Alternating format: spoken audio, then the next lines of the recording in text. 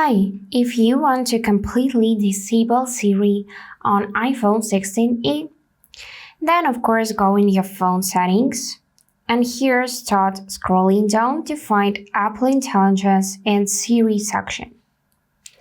So right now, first thing we are gonna need is select Talk to Siri and here disable to press side button for Siri like that, and then in this list of options, select Off.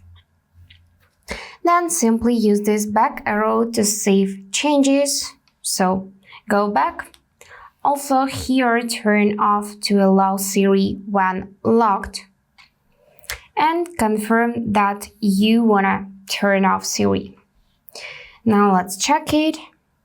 And yep, we completely disabled Siri. So now if I long press side button, nothing will happen. And if I say, Hey Siri, nothing will happen as well. So that's it for today. If this video was helpful, please subscribe, like and comment. And I wish you all the best. Bye bye.